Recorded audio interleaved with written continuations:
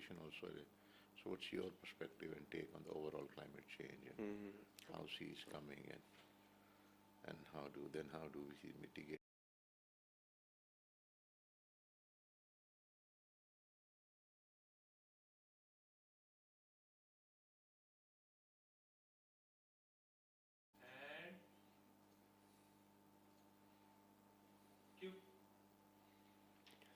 Welcome back on day two of Dawn's Breathe Pakistan conference, and we continue our conversations on issues relating to climate change. Now, I think one of the key features that we're noticing is that private sector is beginning to contribute much more in the last 2 to 3 years. I think in the aftermath of the floods that we had in 2022, but also generally a lot of initiatives have shown up. And telecom companies in particular, they have a larger than life presence in Pakistan. They have access to, and they're a public facing sector as well. And Jazz, which is a part of the VEON group, as the largest telecom provider in Pakistan, has been instrumental in connecting people. Today we have with us Syed Fakhar, who is the Chief Regulatory Officer at Jazz, and he himself has been vocal about sustainability and climate. And we can start off with his views about climate change in general, the impacts the world is facing, and Pakistan particularly. Okay, thank you very much. I think we'll just start off that Jazz is a Beyond Group company, and we are more than a telecom company. We are more of a digital company, a service provider, a service co, and we do a lot of other things other than telecom, which is fintech and other apps, etc. So that is the introduction of the company. More importantly, we are truly committed to environmental and social governance, and we are trying our best to fulfill our responsibilities in this regard. Giving the overall perspective of climate change, so the climate change is something which is, I think, the biggest issue, I would say, the world is facing. There are three pillars where we have to see that on one side, the industrialization, the technology companies, the economic quest of getting more economical advantage, industrialization, etc., etc. So they are the biggest consumers of the, I would say, natural resources, including the fossil fuels. A lot of power required to run the industry and the economy and the technology. And then there has to be a responsibility of all the sectors which contribute to a certain economies, whether it's a technology company or an industrial company or a manufacturing concern. So these companies have to net off the carbon footprint on the planet. Now, on the other side, it is also the responsibility of the community, citizens at large, to contribute to mitigate the impacts of climate change. And if you see, there are two major factors of climate change. One is the water, and the other is air, which is essential for life, flora and fauna. It establishes the ecosystem. And in the center is one thing, which is the green gases, the ecosystem of forest, trees, agriculture, and it drives all our food chain. So on one side, once we consume natural resources for sustaining life on planet Earth, then we also use the same natural resources to generate economy, whether it's in the field of technology, industry, or anything else. So there has to be a balance, and the balance has to be done now. The world is too late. Over a period of centuries, and I think we have depleted the water resources, we have depleted on our forest resources, we have depleted our natural pool of flora and fauna, the plant and other animal species which create the balance in the ecosystem. So all of this needs to be fixed. Now the question is how it is going to be fixed. That is something which you have to look at. And regarding the question of how, I think corporate actions here become very important. I know that I've seen VEON Group sustainability report, and of course, Jazz, as part of it, is taking a lot of initiatives.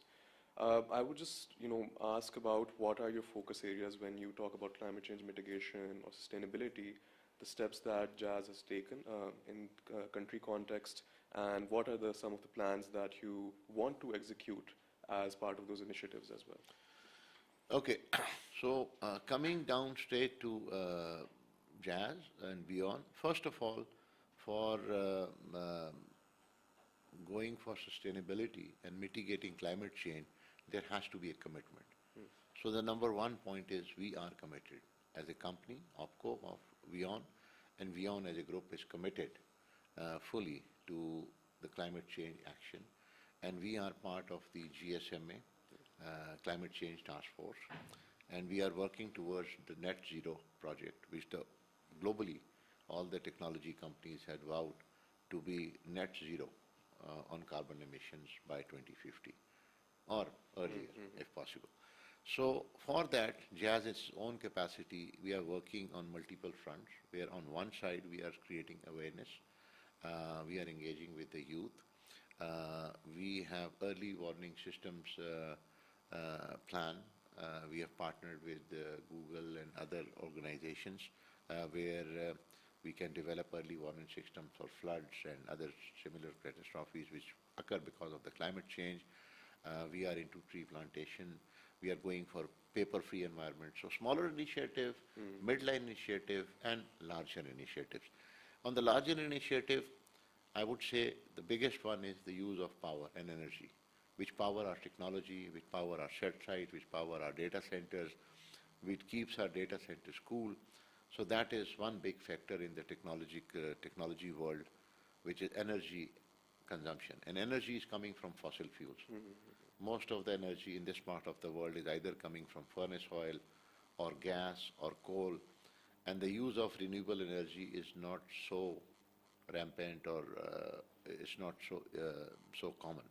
But Pakistan as a country is going towards solarization, and so is Jazz. We have plans. We are already going bit by bit wherever we can. We are putting in solar. We have a solarization plan. We are also pushing for the quest for using more renewable energy. We are also looking for low energy solutions, cost-efficient energy solutions, which has lesser impact on the fossil fuel-based energy. So that is, I think, that's the biggest impact which technology companies can mitigate if we try to follow. Now, the second line is what we are doing with the communities. So obviously, for communities, there are two areas. One is where we can help in climate impact areas, which torrential rains, for example, which causes flood. This is because of the climate change. So we try and go and help the communities, and we try to mitigate those things by early warnings, by putting in support. So there is a social cause also and a commitment to sustainability. On the other side, we are also going for Green Pakistan. So we are member of the Core Alliance with many multinationals which are working for both awareness as well as reforestation, afforestation, and awareness on the Green Pakistan initiative, which has multiple impacts. We are engaging youth for awareness. So it's a whole set of chain where they start from commitment to motivation to physical actions, whether to short-term, mid-term, and long-term. So that is how we are now working, and as the time grows, we will continue to grow. For example, this particular event in Pakistan on climate change by DawnMedia Group, I think this is a very big initiative which DawnMedia Group has taken, and I'm happy to see that there has been participants from the World Bank and the UN and the IUCN and the WWF and very notable green organization. The Ministry of Climate Change and Environment is also involved. So I think this is a serious affair where serious brains have come together. They are talking solutions for Pakistan, and we have to work fast on it. And the time for too much thinking and time for too much planning, I think we don't have that. It's not the question at what will we do. The question is what are we doing now? So that is the urgency of the matter, and I think we all are committed to it. In the, I think the last few minutes, I would like to ask you that, given that you've touched upon the subject of communities, youth, and urgency, and where the urgency exists because we think about the youth as well, what is your message to young people, how to reform our lifestyles, or what to do to really make sure that we're taking collective action towards improving? First of all, I would like to just mention the situation. The situation is that Pakistan, in terms of its landmass, is less than 5% of forest cover, in which only 1% is natural forest, whereby our neighbors, India, for example, China, they are going above 15–16% of their land cover, which is natural forest. So these forests and these greens are essential for your food chain. They are the protectors of flora and fauna, pollination, bees comes in there, insects are there. The subsoil water table, they are maintained because of trees and green areas. And you have more, snow in the mountains. If we have more green areas, more forests, you have better regulated rains. You have lesser landslides. So all of it combined together. Your glaciers are not melting, you know, if you have high altitude trees like birch trees and all those kinds of species. So that is the first thing, that we are on the edge of a climate disaster.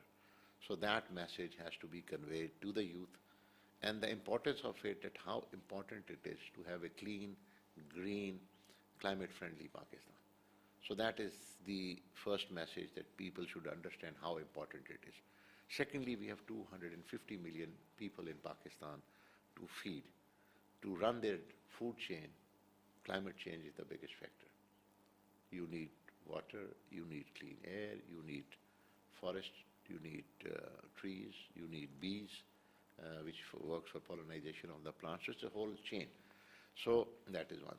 Then the other thing is carbon monoxide, other than carbon dioxide, which goes in there because of your industries, because of your vehicles, because of your traffic. So that needs to be controlled. So there has to be, first, an awareness about it.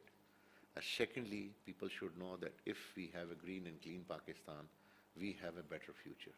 Because in that case, we have both kinds of resources.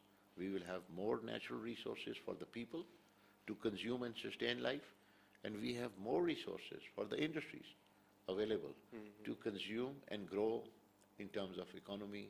And but both the segments of the society, where there's a people and there's a industry and technology, both have to offset their carbon footprint.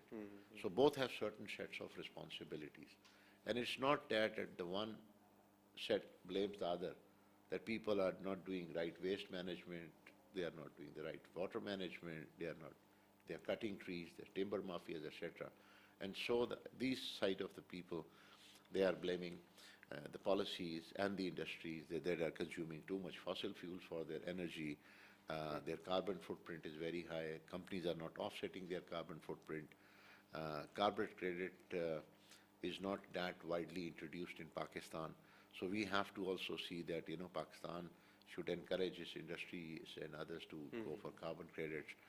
And then youth should be encouraged, start to beginning with planting just one tree. Yes, yes. So every school, every college, every university, if the children and the youngsters and the youth, they start to plant trees and spread this message. So I think these simple initiatives can start to go for a green and clean Pakistan, and that will impact widely for everybody.